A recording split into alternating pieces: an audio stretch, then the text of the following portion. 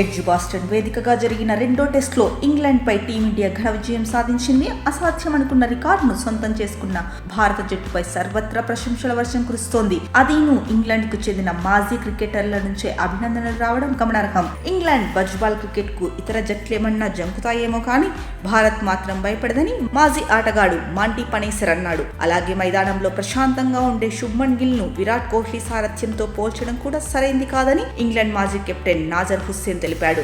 రెండో టెస్ట్లో విజయంతో భారత్ జట్టులో ఆత్మవిశ్వాసం అమాంతం పెరుగుతుంది. ఆ జట్టు ఆటను చూస్తుంటే ఇంగ్లాండ్ బజ్బాల్ కు భయపడమన్నట్లుగా ఉంది. జట్టులో ప్రతి ఒక్కరిపైన మేనేజ్మెంట్ నమ్మకంతో ఉంది. శుభ్మన్ గిల్ అద్భుతమైన నాయకత్వ ప్రతిభ ప్రదర్శించాడు. బ్యాటర్ గాను జట్టును ముందుండి నడిపించాడు. ఎడ్జ్ బాస్టన్ లో భారత జట్టుకు తొలి విజయం. చరిత్రలో నిలిచిపోయే క్షణాలు.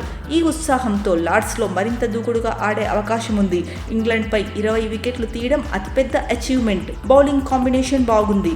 లార్డ్స్ లో జస్ప్రీత్ బుమ్రా కూడా జట్టుతో కలుస్తాడు.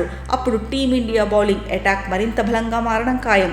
ఇంగ్లాండ్ బౌలర్ బషీర్ ఎక్కువగా పరుగులు ఇవ్వడం పెద్ద దెబ్బ అని పనేసర్ అన్నాడు.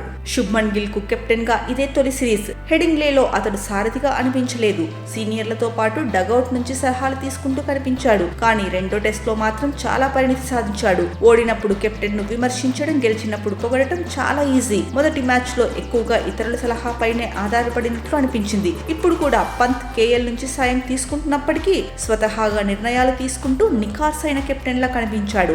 అయితే విరాట్ కోహ్లీ, రోహిత్ శర్మతో గిల్ ను పోల్చకూడదు.